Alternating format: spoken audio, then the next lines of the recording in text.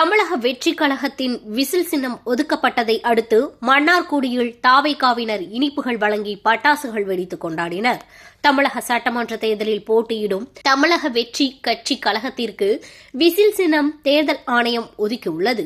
இதனை வரவேற்கும் வகையில் தமிழ்நாடு முழுவதும் தமிழக வெற்றி கழகத்தினர் பட்டாசு வெடித்து இனிப்புகள் வழங்கி கொண்டாடினர். அந்த வகையில் திருவாரூர் மாவட்டம் மன்னார்குடியில் தமிழக வெற்றி கழகத்தின் மன்னார்குடி தேரடியில் பட்டாசுகள் வெடித்து கொண்டாடினர்.